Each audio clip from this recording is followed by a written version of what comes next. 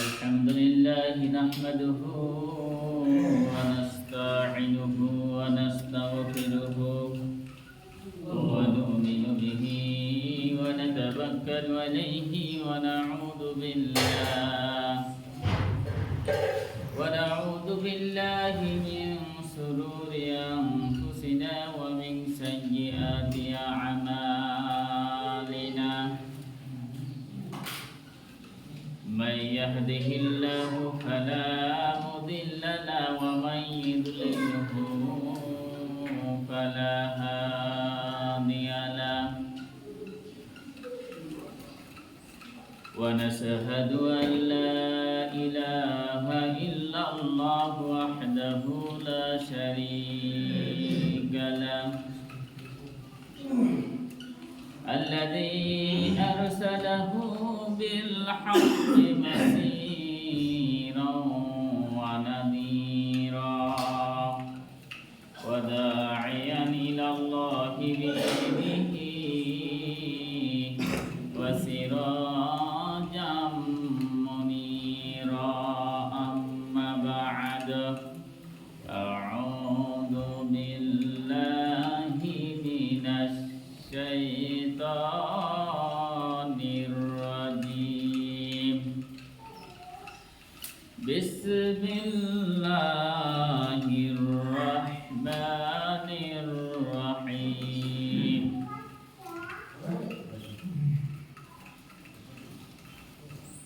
يا أيها الذين آمنوا لا تلهكم أموالكم ولا أولادكم عن ذكر الله ومن يفعل ذلك فأولئك هم الخاسرون وأنفقوا مما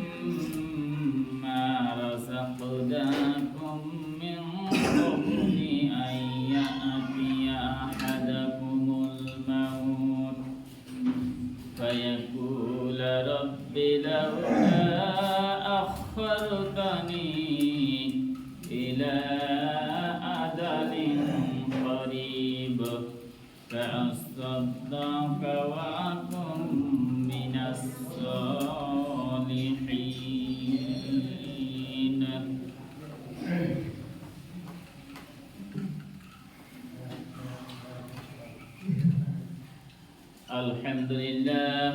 الحمد لله نحمده ونستعينه ونستغفره ونؤمن به ونتوكل عليه ونعوذ بالله من شرور أنفسنا ومن سيئات أعمالنا من يهده الله فلا مضل له ومن يضلله فلا هادي له ونشهد أن لا إله إلا الله وحده لا شريك له الذي أرسله بالحق بصيرا ونذيرا وداعيا إلى الله بإذنه وسراجا منيرا أما بعد أعوذ بالله من الشيطان الرجيم بسم الله الرحمن الرحيم ولله على الناس حج البيت من استطاع إليه سبيلا ومن كفر فإن الله غني عن العالمين وعن أبي هريرة رضي الله تعالى عنه قال قال رسول الله صلى الله عليه وسلم মান আতা হাযাল বাইত ফালাম ইয়ারফুস ওয়া লাম ইয়াসকুত রাজা'a কামা ওয়ালাদাতহু উম্মুহু রাহুল মুসলিম। উপস্থিত আজকের সম্মানিত মসজিদের মুসল্লিবৃন্দ, আমরা সর্বপ্রথমে সেই মহান রব্বুল আলমিনের প্রশংসা জ্ঞাপন করছি, যে মহান রব্বুল আলমিন আমাদেরকে একটি সপ্তাহ অতিবাহিত হওয়ার পর এই সালাতুল জুমার মসজিদে সুস্থভাবে তার আদেশকৃত সালাতুল জুমার মসজিদে সালাতুল জুমা আদায় করার জন্য আসতে পেরেছি। এই জন্য আমরা সেই মহান রব্বুল আলমীর দরবারে প্রশংসা জ্ঞাপন করছি, সকলেই বলছি আলহামদুলিল্লাহ। লক্ষ কোটি দুরূদ ও তাসলিম অবস্থিত হোক বিশ্ব নবীর প্রতি, সকলে বলি সাল্লাল্লাহু আলাইহি ওয়াসাল্লাম।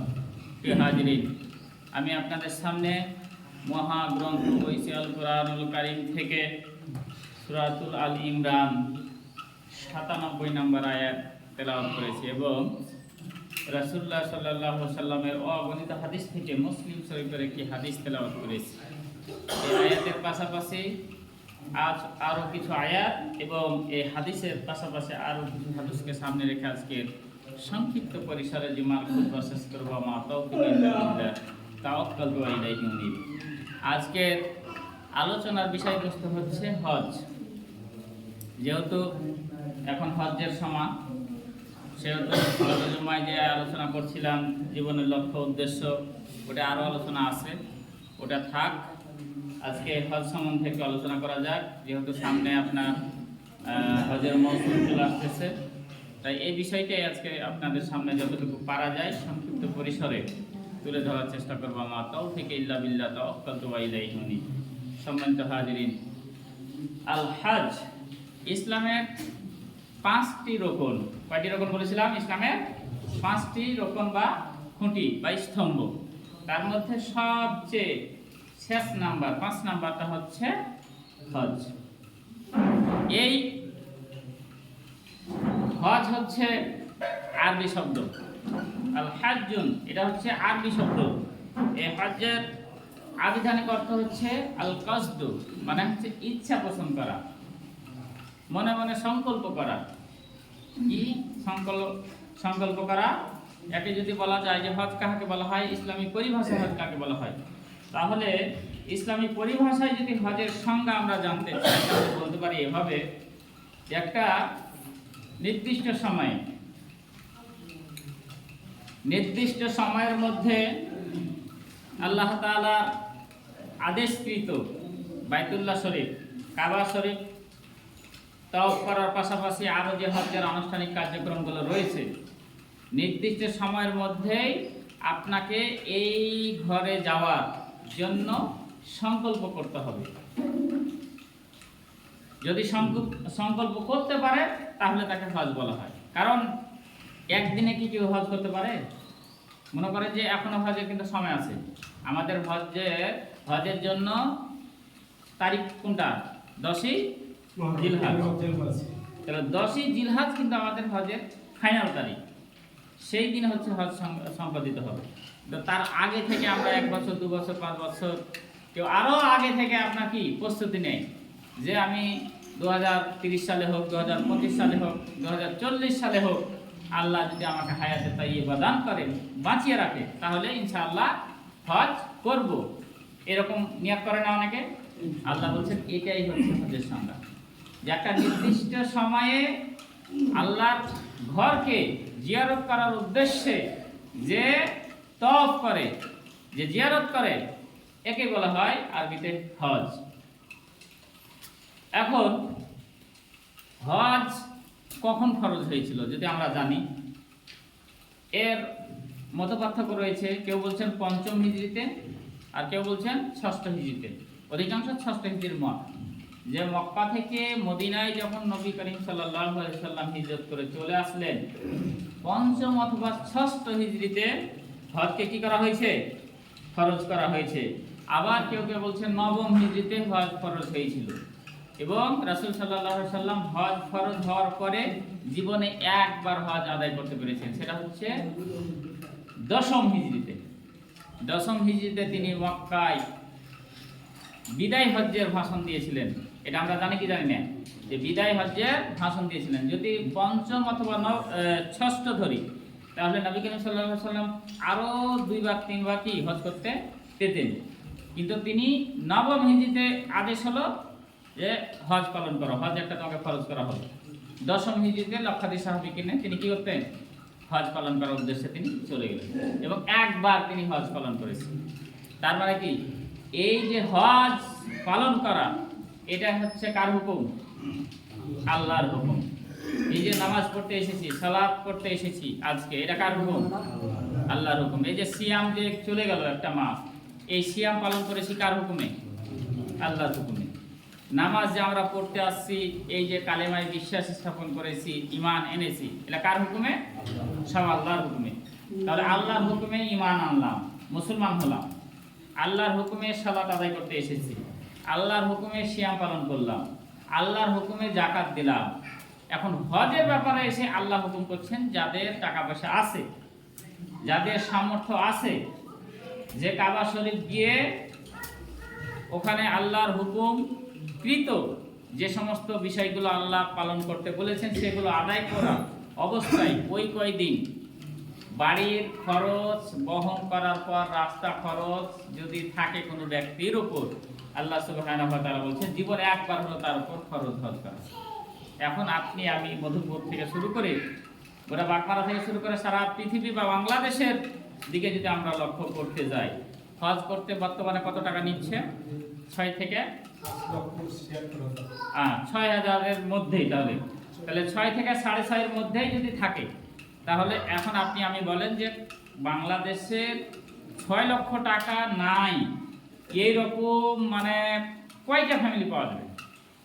বাড়ির 1 বিঘা জমি যদি বিক্রি করা যায়, 2 বিঘা জমি, 5 বিঘা জমি, 1 কাঠা দোকানে এমনও জায়গা রয়েছে আপনার শহরে, ভবানীগঞ্জে বা বিভিন্ন শহর বাজার কেন্দ্রিক, যদি 2 কাঠা, কয়েক শতক, 3 কাঠা, 5 কাঠা, 6 কাঠা, 10 কাঠা, 1 বিঘা যদি জমি থাকে, ও হজ করে মানে নিতে পারবে না, তাই না কথাটা? এমনও জায়গা রয়েছে। কিন্তু এটা হচ্ছে সম্পূর্ণ একটা ইচ্ছার বিষয়। আর হজ্জের নামই হচ্ছে সংকল্প করা, নিয়ত করা। এমনও আল্লাহর বান্দা রয়েছে, আর ব্যাংক ব্যালেন্স কোটি কোটি রয়েছে, অসংখ্য টাকা পয়সার মালিক রয়েছে, কিন্তু সে হজ করতে পারে না। আছে না? কেন পারে না? যে সে নিয়তই করেনি। তো সে তো নিয়তই করতে পারেনি যে আল্লাহ আমাকে ধন সম্পদ দিয়েছে, আমাকে হজ করতে হবে, আমি হজ করতে যাব। সে নিয়ত করলো না বিধায় ব্যাংক ব্যালেন্স, টাকা পয়সা, গাড়ি বাড়ি, জায়গা জমি, অনেক কিছু পৃথিবীতে সে রেখে মারা গেল, অথচ হজ করতে পারলো না।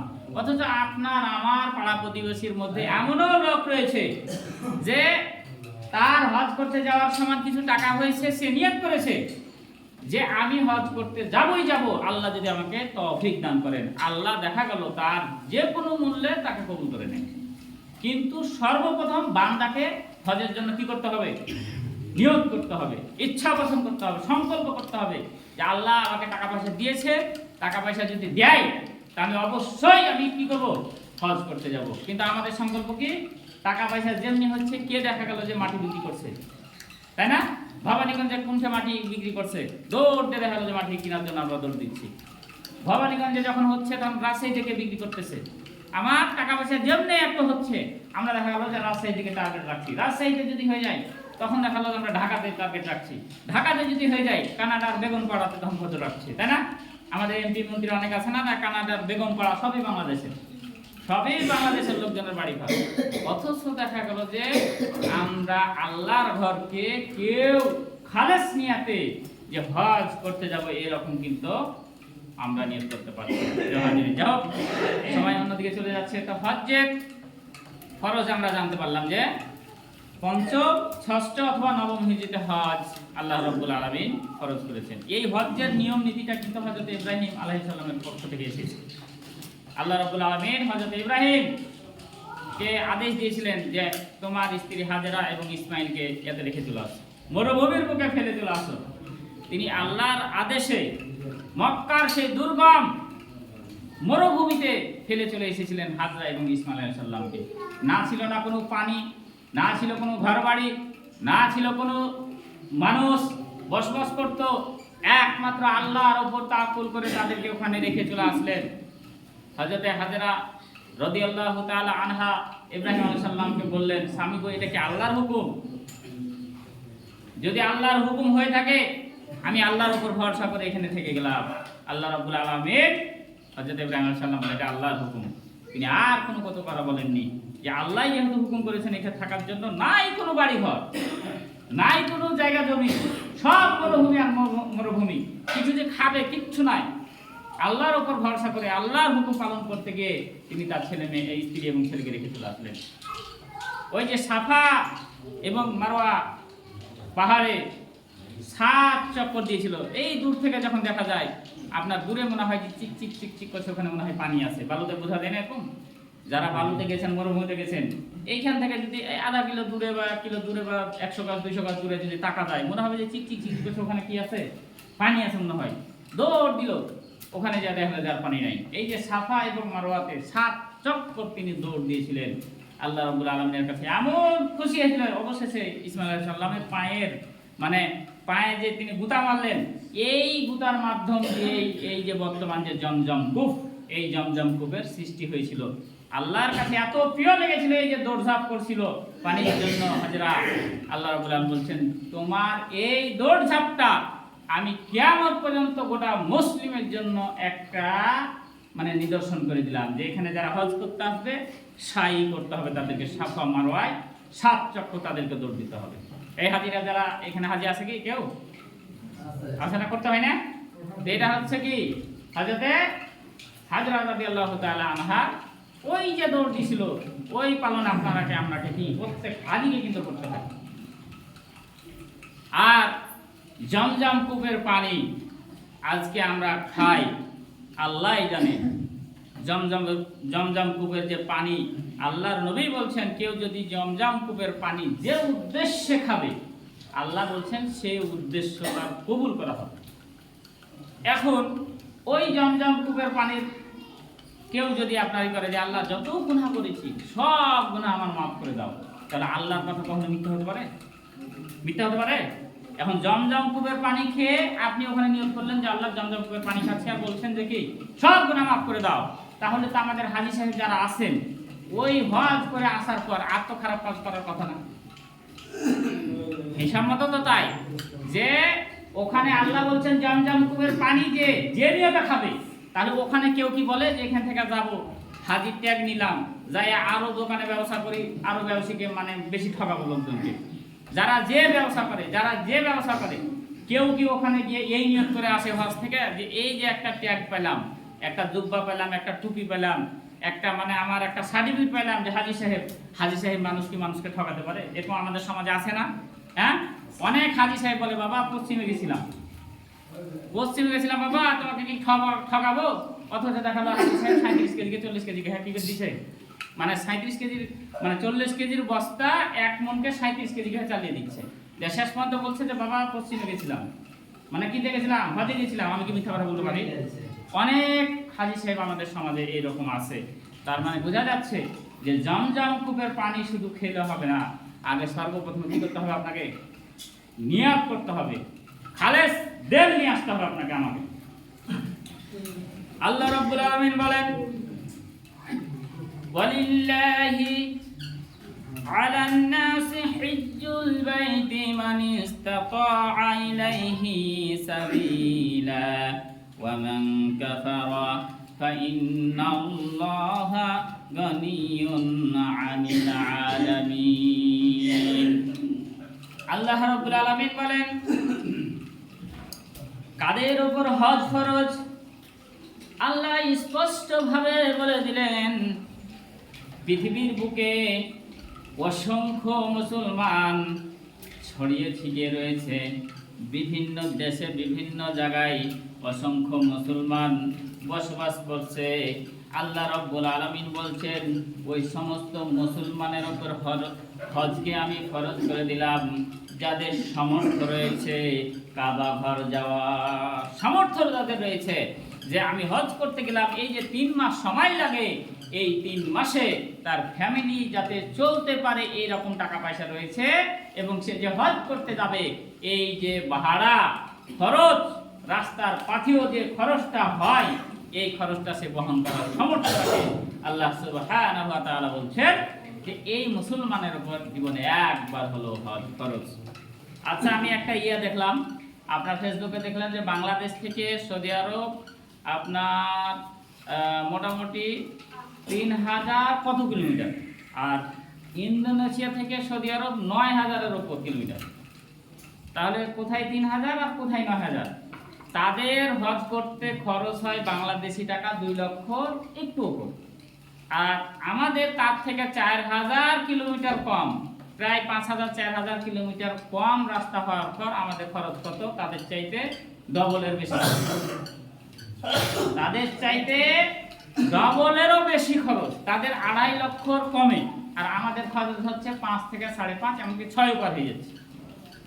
তাহলে দেখেন আমরা কোন খাঁটি মুসলমান দেশে বসবাস করি যে তারাও বিমান ভাড়া দিয়ে যাচ্ছে হজ করতে একই জায়গায়, বাংলাদেশের মুসলমানও যাচ্ছে হজ করতে একই জায়গায়।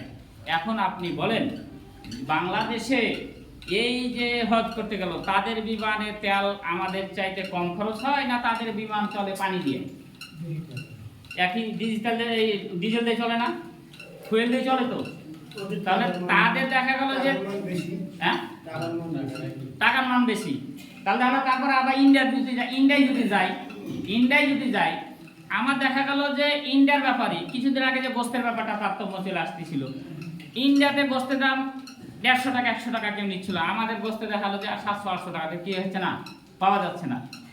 পাকিস্তানে যদি যান ওই একই কেস, সৌদি আরবে দেখা গেল একই জিনিস, তাদের কোনো কিছু হচ্ছে না, কোনো জমিতে ফসল জন্মে না, অথচ আপনার বিভিন্ন দেশ থেকে যাওয়ার পর তাদের দেশে সব ঠিক থাকছে, কিন্তু আমাদের দেশে কিচ্ছুই ঠিক থাকছে না। আমরা মনে করলাম প্রথমে যে যাক বাগমারাতে চাকরিটা হলো, মানে এই কি বলে যে আপনার পল্লী অঞ্চলে থাকবো, বিশেষ করে সবজি পটলগুলো না খাইলেও বাড়ি পর্যন্ত পৌঁছে দেবে, এটা কিন্তু ধারণা ছিল। যে লোকজন বললো যে হুজুর আলুটা দাম তো নাই, আপনি নিয়ে নেন, যা দিবেন দিয়ে আপনি বাড়িতে নিয়ে যা রাখেন গা। ও মা, দেখা গেল যে গোদাগাড়িতে রাজশাহীতে যে দাম তার চাইতে বাগমারাতে আরো বেশি দাম, এবং ওদিকে তো আবার কি করা যায়, দাম করা যাচ্ছে। বাগমারার মানুষ এমন ব্যবসায়িক যে ওকে দামই করা যায় না। ভাই ও দেখা গেল যে একখানা 15-20 টাকা, মনে করেন যে পেজ বেচছে 70 টাকা, একটু দেখতে ভালো, পাশে বলছে যে ভাই 90 টাকা, কিছু করার নাই, নিলে না নিলে না নেন। আবার আর একজন দেখলাম যে রসুন ব্যবসায়ী এখন আছে কিনা যায় না, ও বেচারা কয়েছে আমি 5 কেজি কমে রসুন বিক্রি করি, মানে তার রসুনটা একটু ভালো, ও 5 কেজি 1 কেজি কমে রসুনই দেয় না। এই যে দেখা গেল যে আমরা এমন খাঁটি দেশের মুসলমান, তাহলে আমাদের সমাজে আল্লাহর একটা হজ, আল্লাহর একটা ফরজকৃত হজ আদায় করার জন্য আমাদের সরকার যে প্রধান হয়েছে তাদের উচিত ছিল কি, যে এখানে বেশি বেশি ভক্তকে দিয়ে বাস করতে যাওয়ার ব্যবস্থা করে দেওয়া, এটা হচ্ছে 1 নম্বর কাজ ছিল। কিন্তু আমরা দেখা গেল যে এটা করা বাদ দিয়ে এর উপর যত বিমানের যত বছরের লস হয়েছে তারা টার্গেট রাখে যে হাজিদের উপর তুলবে, এরকম করে না? এমনও মহল্লে রয়েছে আপনার টাকা নিয়ে নিল, ঢাকা থেকে আপনি নিয়ে যাই না, ওই হাজি ক্যাম্পে রেখে পাঠিয়ে দেয়, এর অসংখ্য বিপদ প্রতিবেদন দেবে। তা আমরা এমন এক দেশে রয়েছি, একমাত্র আল্লাহ আমাদের উপর কিছু যদি না থাকতো তাহলে আমরা যে পাপ কাজের সঙ্গে জড়িত হয়েছি, আমাদের কিন্তু দেশটা গজব দিয়ে আযাব দিয়ে লোক আলাইহিস জাতির মতো আমাদের দেশটাকে কি করে দিত, ধ্বংস করে দিত। যা এতই আমরা আযাবের সঙ্গে জড়িত হয়েছি। প্রিয় হাজির, যাও আল্লাহ রাব্বুল আলামিন তার একটা হজ হচ্ছে কি, জীবনে একবার হলো যদি সামর্থ্য থাকে, 6000 হোক, 6 লাখ হোক, 5 লাখ হোক, যাদের আছে সামর্থ্য আছে, টাকা পয়সা আছে, আপনারা নিয়োগ করেন, ইনশাআল্লাহ আমরা যেন 1 বছর হলেও জীবনে একবার হলেও আল্লাহ পাক আমাদের সেই আল্লাহর বরকত করার তৌফিক দান করেন। আমরা আমিন। সম্মানিত হাজিরিন, আল্লাহ রাব্বুল আলামিন হযরত ইব্রাহিম ইসমাঈল আলাইহিস সালাম ওখানে বড় হলেন, তারপর তাকে কাবা ঘর করার জন্য, কাবা ঘর নির্মাণ করার জন্য আদেশ দিলেন যে কাবা ঘর নির্মাণ করো। তারা বাপ বেটা মিলে কি করলো, কাবা ঘর নির্মাণ করলো। এবং আল্লাহ রাব্বুল আলামিন হযরত ইব্রাহিম আলাইহিস সালামকে ঘোষণা দিয়ে দিলেন যে আপনি হজ্জের জন্য গোটা বিশ্বের মানুষকে কি করবেন, এখন হুকুম দিয়ে দেন। হযরত ইব্রাহিম আলাইহিস সালাম চিন্তা ভাবনা করলেন যে আমার মুখের আওয়াজ, এই যে মাইক আছে বিলাই আপনার কথাটা এখন শোনা যাচ্ছে, এখন যদি আমি এই ফ্যান চলছে, এখন যদি মাইক না থাকতো, এই মাউথপিস যদি না থাকতো, আজান যদি দেন, মুখে যদি কথা বলে, কত করতে যাবে অল্প। এখন মক্কাতে আল্লাহ বলছেন যে ওই মক্কা শরীফের ওখানে কি করতে হবে, তুমি হুকুম দিয়ে দাও, আর পৃথিবীর সব মুসলমানের আওয়াজ করতে না। অবাক কাণ্ড। আল্লাহ রাব্বুল আলামিন হযরত ইব্রাহিম আলাইহিস সালামকে বললেন, তুমি আমার তোমার রবের কুদরত তুমি বুঝবা না, তোমার এই মুখের দায়িত্ব, মুখের সাউন্ডটা, মুখের আওয়াজটা, ঘোষণাটা পৌঁছে দেওয়ার দায়িত্ব আমার কুদরত কাজ করতে। আল্লাহ সেই কুদরতের অধিকারী নাকি পারবে না? আপনার ওই জায়গায় মুখে আওয়াজ দিলেন যে গোটা বিশ্বের মুসলমান তোমরা শোনো, এই যে কাবা ঘর নির্মাণ করা হলো, এটা আল্লাহর ঘর, এখানে তোমাদেরকে যাদের সামর্থ্য আছে তোমাদেরকে হজ করতে আসতে হবে হবে, জীবনে একবার হলেও যদি তোমার টাকা পয়সা সামর্থ্য থাকে। আল্লাহ রাব্বুল আলামিন এই কথাটাই পবিত্র কোরআনুল কারীমের সূরা হজ্জের ২৭ নম্বর আয়াতে সুন্দর করে বলে দিলেন, ওয়া'আদ্দিন ফিন-নাসি বিল-'আদ ইয়া'তুকা রিজালান ওয়া 'আলা কুল্লি যামিলিন ইয়াতিনা মিন কুল্লি ফাজ্জিন 'আমীম। আল্লাহ সুবহানাহু ওয়া তাআলা হযরত ইব্রাহিম আলাইহিস সালামকে বললেন, তুমি শুধু ঘোষণা দিয়ে দাও, পৃথিবীর যত মুসলমান রয়েছে দূর দূরান্ত থেকে পায়ে হেঁটে অথবা নিজেদের যানবাহনে করে, উঠে চড়ে হোক, বিমানে চড়ে হোক, বাসে চড়ে হোক, যে যেটাতে পারবে এই 3টা মাসে আল্লাহ রাব্বুল আলামিনের এই ফরজকৃত কাজ আদায় করতে আসতে হবে। এই ঘোষণা গোটা বিশ্বের মুসলমানকে আল্লাহ রাব্বুল আলামিন দিয়ে দিতে বললেন। তিনি ঘোষণা দিয়ে দিলেন, আর ওই ঘোষণার পক্ষ থেকে আজকে গোটা পৃথিবীর মুসলমান ওই নির্দিষ্ট একটা সময় হজ করতে যায়। হজের 3টা মাস রয়েছে, কয়টা? 3টা, শাওয়াল, জিলকাদ আর জিলহাজ। এই কথাটা আল্লাহ রাব্বুল আলামিন কোরআনুল কারীমে বলছেন যে হজের মাস রয়েছে কয়টা? 3টা। আল্লাহ রাব্বুল আলামিন বলেন, আল হজ্জু আশহুরুম মা'লুমাত। আল্লাহ বলেন হজ্জের মাসসমূহ সকলেরই জানা আছে। এটা 1 নাম্বার হচ্ছে শাওয়াল, 2 নাম্বার জিলহাজ, 3 নাম্বার হচ্ছে জিলহাজ মাস। এই 3 মাসের মধ্যেই আপনাকে হজ্জের জন্য নিয়ত করতে হবে এবং যেতে হবে। তাও জিলহাজ মাস কি কোথায়? জিলহাজ মাসের 10 তারিখ পর্যন্ত সময় আছে। 10 তারিখে তো হজ সম্পন্ন করতে হবে, তাই না? তাহলে তার মানে 2 মাস, এই যে 10 দিনের মধ্যে শাওয়াল থেকে শুরু করে, যে আমাদের বিভিন্ন দেশের হাজিরা অলরেডি কিন্তু এখান থেকে আপনাদের বন্ধুদের কাছে চলে যায়নি, চলে গেছে তো। তাহলে আজকে শাওয়াল মাসের কয় তারিখ জানা আছে? আজকে শাওয়াল মাসের 15 তারিখ। তাহলে এই যে দেখেন শাওয়াল মাস থেকে শুরু করে এদের একটা নাম কি জিলকাদ মাস এবং ওই জিলহাজ মাসের 10 তারিখ পর্যন্ত। তাহলে এই 2 মাস 10 দিনের মধ্যে আপনাকে কি করতে হবে? হজ্জের কাজ সম্পাদন করতে হবে, হজ্জের জন্য প্রস্তুতি নিতে হবে। এই দিকে যাদেরকে আগে নিয়ে যাওয়া হয়, এই মদিনাতে মদিনা নববী রওজা শরীফ জিয়ারত করা হয়, বিভিন্ন যে আপনাকে ঘুরিয়ে দেখানো হয়, এগুলো আগেই তাদেরকে নিয়ে যাবে। এদিকে তারা 1 মাস আগে যাবে, মানে এই সাইডে তারা 1 মাস আগে যাবে, তাদেরকে আগে মদিনায় নিয়ে চলে যাওয়া হবে। এদিক থেকে কমপ্লিট করে তাদেরকে হজ্জের কাজ কমপ্লিট করে বিমানে করে তাদেরকে বিদায়, আমার তারা আগে বাড়ি চলে আসবে। আর তারা জিলহাজ মাসের শুরুর দিকে যাবে, তারা আগে যাবে কি মক্কায়, তাদেরকে এদিকে হজ কমপ্লিট করে পরে তাদেরকে মদিনায় নিয়ে যাওয়া হয়। ওখান থেকে কমপ্লিট করে তারা আবার ব্যাক বাড়ি চলে আসে এবং তাদের আসতে দেরি হয়। 1 মাস পরে যেমন যায়, 1 মাস পরে আসে। সমাজ হাজিরিন, তাহলে আমাদের এই হজ্জের বিষয়টা হচ্ছে খুবই একটা গুরুত্বপূর্ণ বিষয়। এটা হচ্ছে সবাই পারে না, সবাই কিন্তু পারে না। আর হজ্জের জন্য একটা শর্ত হচ্ছে টাকা পয়সা শুধু থাকলেই হবে না। আচ্ছা, যারা হিরোর ব্যবসা করে এদের তো টাকা পয়সা মেলাই। আপনাদের দিকে হিরোর ব্যবসা করে নাকি? ফেন্সিডিল, ইয়াবা, গাঁজা, এটা কিছু করে না। কি করে? অবৈধ ব্যবসা নাম করেছে একটা অবৈধ, মানে যেটা হচ্ছে খুবই অবৈধ। যেমন গোদাবাড়ি, চাঁপাইনবাবগঞ্জের দিকে ফেন্সিডিল, তারপর হচ্ছে ইয়াবা, গাঁজা, হিরোইন, এগুলো কিন্তু অবৈধ। মানে একটা চালান যদি খালি হিরোদের পার করতে পারে ঢাকা পর্যন্ত বা মোকা পর্যন্ত, 1 কোটি টাকা আরো বেশি, তারও বেশি না করে দিল। অল্প এত দাম, ইয়াবা বলেন, ফেন্সিডিল বলেন, গাঁজা বলেন, এই যে এরা অবৈধ টাকা ইনকাম করে, এরা তখন কি করে? এরা তাড়াতাড়ি হজ করতে করতে যায় আগে। এরা তাড়াতাড়ি হজ করতে যায়, দাড়ি ছাড়ে, বড় জুব্বা পরে, টুপি পরে, আর ভিতরে হিটার করে চলে, যাতে পুলিশে না বলে এত হুজুর মানুষ এটা করতে পারে। এটা এরা কিন্তু কি করে, একটা ট্যাগ দেয়, একটা সাইন, একটা পরিচয় নাই। এই কারণে যে হাজি সাহেব মানুষ কখনো হিরণ ব্যবস্থা করতে পারে, এটা বিশ্বাস করা যায় সম্ভব?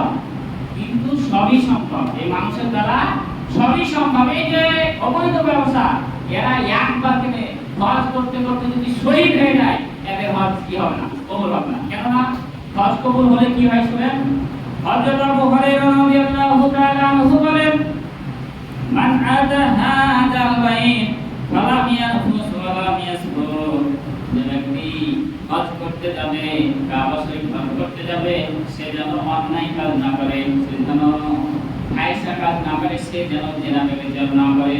সে যদি এই শর্তগুলো যদি পারে, হজ করতে গেল, ওটা আর কোনো অন্যায় কাজ করবে না।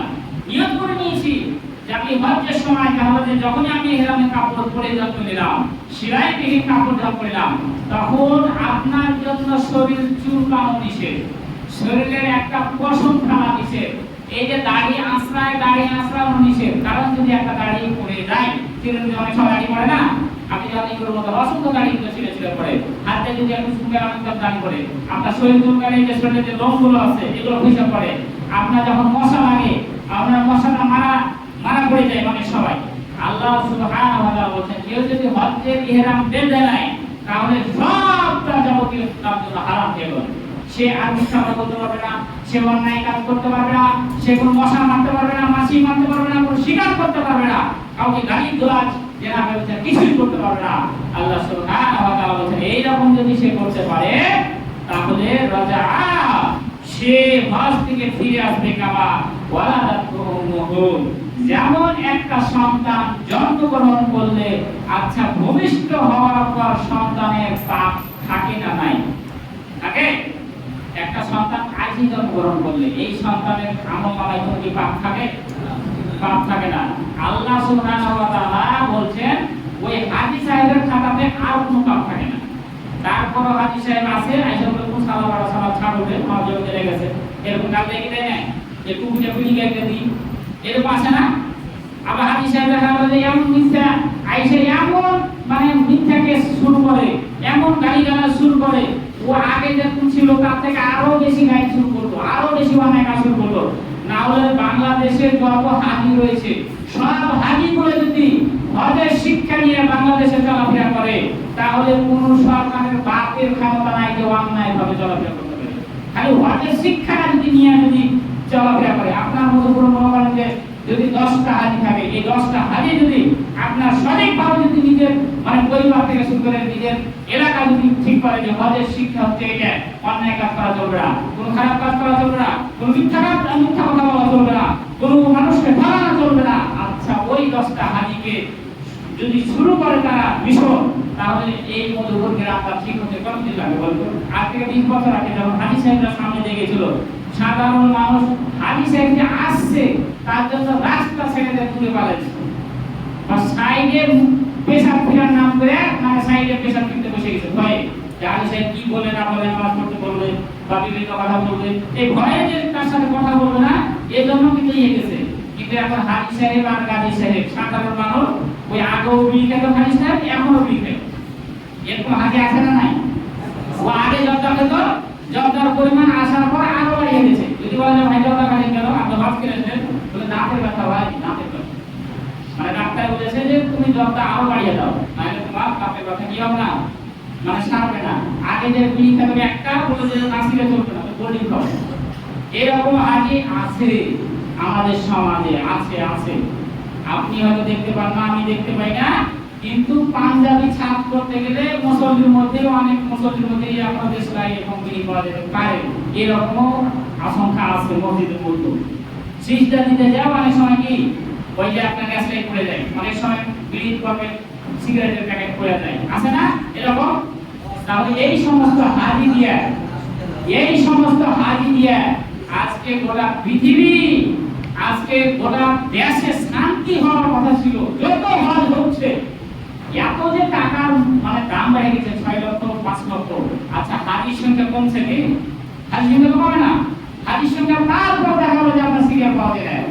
আমরা যে পরিমাণ হাজি মানে হজের জন্য হাজি সৌদি সরকার বরাদ্দ করছে বাংলাদেশে, প্রায় পুরা হয়ে যাচ্ছে কোরআন হাজি। যাই হোক, এই বিষয়টা দেখবো অনেক। তাহলে আল্লাহ সুবহানাহু ওয়া তাআলা কেউ যদি সঠিকভাবে হজ করে আসতে পারে, তাহলে সন্তান ভূমিষ্ঠ হলে যে সন্তানের পাপ থাকে না, ওই হাজি সাহেবের আমলনামায় আর কোনো পাপ গুনাহ থাকতে পারে না। আমি আপনাদের আহ্বান করবো, যারা হজ করতে গেছেন তো গেছেনই, আমাদের সকলের জন্য ওই আপনারা আরাফার ময়দানে দোয়া করবেন। কারণ আল্লাহ সুবহানাহু ওয়া তাআলা বলছেন যে আরাফার ময়দানে এমন একটা দিন, যেই দিনে যত সংখ্যক মানুষকে জাহান্নাম থেকে মুক্তি দিয়ে জান্নাতে দেওয়া হয়, আর অন্য কোনো দিনে দেওয়া হয় না। নবী করিম সাল্লাল্লাহু আলাইহি ওয়াসাল্লাম জিজ্ঞাসা করেন, জিহাদ কি? নবী করিম সাল্লাল্লাহু আলাইহি ওয়াসাল্লাম জিহাদের চাইতেও হচ্ছে গুরুত্বপূর্ণ আরাফার ময়দানে দোয়া। আরাফার ময়দানের দিন এই জন্য গোটা পৃথিবীর হাজিরা কেঁদে ভরপুর হয়ে যায়, এমন ভাবে কান্দে কান্দে কান্দে নিজের শরীর ভিজে একাকার করে দেয়, যেমন করে সেটা জানেন। এবং ইমাম সাহেব আমাদের মুসল্লিও কাঁদে, সবাই কাঁদে আল্লাহর কাছে এমন ভাবে। ওই আরাফার ময়দানে যদি আপনার আমার দোয়া কবুল হয়ে যায়, ওই হাজি সাহেবের দ্বারা আর কখনো মিথ্যা কথা বলা সম্ভব হবে না, ওই হাজি সাহেবের দ্বারা কখনো খারাপ কাজ করা সম্ভব হবে না। সম্মানিত উপস্থিতি, সমাজে শেষ হয়ে গেছেন, আরো যদি এই বিষয়ে আলোচনা আছে, আমি আপনাদের আহ্বান করব, যাদের সামর্থ্য আছে আপনারা আমরা নিয়ত করি, আমরা নিয়ত করি, আল্লাহ রাব্বুল আলামিন যদি কি নিয়ত কবুল করে, যদি নিয়ত কবুল করে। আপনারা দেখেন ইন্দোনেশিয়ায় সরকারিভাবে আপনার হজ করতে যেতে হয় সবাইকে। ইন্দোনেশিয়ায় বেশিরভাগ মুসলমান ওদের কিন্তু চেঙ্গা অবস্থাতে কিন্তু কি করতে যায়, হজ করতে যায়। আর বাংলাদেশের হাজি কখন হজ করতে যায়, যখন আর পাপ কাজ করতে করতে করতে করতে করতে আর অত পাপ কাজ করে, যারা পাপ কাজ করে, পাপ কাজ করা তো আমার সঙ্গী নেই, মানে খারাপ কাজ তো করবে, একটা তো শক্তি লাগে শরীরে, আর পাপ কাজ করতে পারে না। যখন আমার শরীরের সব বলবত্তা হারিয়ে যায়, সামর্থ্য সব হারিয়ে যায়, তখন দেখা গেল যে শেষ বয়সে হজ করতে যায়। এরকম হাজি আছেন আমাদের দেশে। আর এই কারণে খবরে পাওয়া যায় যে আমাদের হাজি সাহেব মাথা ব্রেন চাপ হয়ে হারিয়ে গেছে। এই ফেসবুকে আছে অনেক সময় যে এই হাজি সাহেব হারিয়ে গেছে, বাংলাদেশের হাজি কোথা থেকে গেছে উনিও বলতে পারছে না। হয় তারপর সাফা মারওয়া সাহি করতে যায় অনেকে ওখানে মরে যায় পদদলিত হয়ে, কাবা শরীফ দেখা গেল যে তাই করতে যায় পারে না অনেকে, মানে জীবনের শেষ বয়সে হজ করতে যায়। কিন্তু আল্লাহ তো বলছে না, টাকা পয়সা হলে তুমি সেখানে সামর্থ্যবান অবস্থাতে যাও, আর সামর্থ্যবান অবস্থাতে যাওয়াটাই বেশি গুরুত্বপূর্ণ। আর ইন্দোনেশিয়ার মুসলমান বেশি কিন্তু সামর্থ্যবান, আর সরকারিভাবে কিন্তু সুযোগ সুবিধা আছে। যাই হোক, আমি আপনাদের আহ্বান করবো, আমাদের এই বাংলাদেশ সরকার সহ সবাইকে আমি অনুরোধ করবো যে আপনারা মদের যে ব্যাপারে তো ভর্তুকি দেন না, মদের ব্যাপারে মদের দাম তো কখনো বাড়ছে না, মদের দাম হচ্ছে একবারই অল্প, সিগারেটের দাম তো একবারই অল্প, ফুলের দাম তো একবারই অল্প, জর্দার দাম তো একবারই অল্প, যেগুলো খেলে এবাদতই হবে না, যেগুলো খেলে আপনার এবাদতই হবে না। একটা বিড়ি যদি টান মেরে আসেন 40 বছর আপনার ইবাদত করতে হবে না। এখন বলেন, এই সকাল থেকে আমাদের অসংখ্য মুসলমান এখানে আছে, একটা বিড়ি একটা সিগারেটের দাম মারেনি, দাম মারছে, তাহলে আপনি তো শুধু আসলে না গেলেন, আমি তো শুধু আসলাম না গেলাম। এই জিনিসগুলো দেখা গেল যে আপনার সরকার ভর্তুকি দিয়ে কম দামে বিক্রি করাচ্ছে।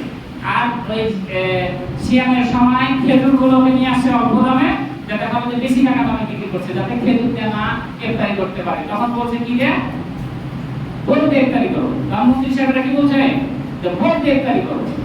কত শয়তান, মানে এদের মাথাতে কত শয়তানি বুদ্ধি কিলিমিলি করছে, আপনি হিসাব করছেন। তাহলে মদ কালাকে ভর্তুকি দিয়ে কম দামে সার্ভিস করছে, নেশা জাতীয় দ্রব্য কালাকে কম দামে সার্ভিস করছে, খেজুর কাজে প্রত্যেক মুসলমানের জন্য সুন্নাত ইফতারি করা, ওই জন্য ওটাকে দাম বাড়িয়ে দিল। তারপর হজ কাজে প্রত্যেক মুসলমানের জন্য খরচ, এই জন্য এটাকে দাম বাড়িয়ে দিল। এটাকে কি করলো, দাম বাড়িয়ে দিল, যাতে হজ করতে যেতে না পারে। শয়তানের মানে প্রতিনিধি শয়তান। যদি বাংলাদেশ শয়তান যদি আমি দেখতে চাই, বাংলাদেশের এমপি মন্ত্রী গেলে দেখুন শয়তানের অনেকাংশে পরিচয় পেয়ে যাবে যে শয়তান দেখতে ঠিক এরকমই হতে পারে। এদের মানে কার্যকর্ম অনেকাংশে আমাদের নেতাপতিদের এরকম রয়েছে। যাও, আমি আপনাদের আহ্বান করবো, আমাদের সামর্থ্য যদি থাকে 6 লাখ 7 লাখ যেটা কি করছে কেন, আমরা ইনশাআল্লাহ দেওয়ার চেষ্টা করবো। আমিন। আল্লাহ আমরা যতদিন বেঁচে থাকবো হালাল উপার্জন করার তৌফিক দান করেন, আমরা সুবহানাল্লাহ আমিন। আর আমরা যারা এই বেঁচে আছি, আমাদের সকলকে সহি সুস্থভাবে সুন্দরভাবে এই দুনিয়াতে বেঁচে থাকার তৌফিক দান করেন সকলে আল্লাহুম্মা আমিন। আমাদেরকে যতদিন বেঁচে রাখে আল্লাহ ততদিন যেন ঈমানের পথে মুসলিম হয়ে আমরা চলতে পারে সেই তৌফিক দান করেন আমরা সকলে আল্লাহুম্মা আমিন। আর আমাদের মাঝে দেখেন আল্লাহর কি রহমত, অনেক দিকে কিন্তু বৃষ্টি হচ্ছে। আপনার গত কয়েকদিন আগে বৃষ্টি হলো, গোদাগাড়ি থেকে শুক্রবার দিকে অনেক ভালো বৃষ্টি হয়েছে, এলাকা কিন্তু ঝড় হয়েছে, বিভিন্ন জায়গায় কিন্তু ঝড় হয়েছে। কিন্তু আপনাদের এই অঞ্চলে ওই যেরকম অন্যান্য দিকে দেখা যাচ্ছে ঝড় শিলাবৃষ্টি বিভিন্ন হচ্ছে, এখনো কিন্তু কারখানা বা এইসব জায়গাতে হয়নি। আল্লাহর একটা বিশেষ রহমত যদি একটা ভারী বর্ষণ হয়, তাহলে এই যে বিলের তলাতে যে ধানগুলো রয়েছে, ধানগুলো তুলতে পারবেন, আমি তুলতে পারবো না, তুলতে পারবো না। তাহলে আল্লাহ আপনাকে আমাকে সুযোগ দিচ্ছে, এগুলো আপনাকে বুঝতে হবে, এগুলো আপনাকে বুঝতে হবে যে আল্লাহ বান্দার প্রতি কত রহমশীল। যাই হোক, আল্লাহ পাক আমাদের সকলকে এই দুনিয়াতে তার ইবাদত করার তৌফিক দান করেন আমরা সকলে আল্লাহুম্মা আমিন। আর যারা মরে গেছে, কবরবাসী হয়ে গেছে, আল্লাহ সকলের কবরটাকে তুমি জান্নাত হিসেবে কবুল করে নাও, সকলের কবরটাকে তুমি আযাব মাফ করে দিয়ে জান্নাত হিসেবে কবুল করে নাও, সকলে আল্লাহুম্মা আমিন। এই বলে আমরা সংক্ষিপ্ত বক্তব্য শেষ করলাম। আমিন ইনশাআল্লাহ। اللهم صل على محمد وعلى ال محمد كما صليت على ابراهيم وعلى ال ابراهيم انك حميد مجيد. اللهم بارك على محمد وعلى ال محمد كما باركت على ابراهيم وعلى ال ابراهيم انك حميد مجيد. ربنا تقبل منا انك انت السميع العليم وتب علينا انك انت التواب الرحيم. سبحان ربك رب العزه عما يصفون وسلام على المرسلين. السلام عليكم.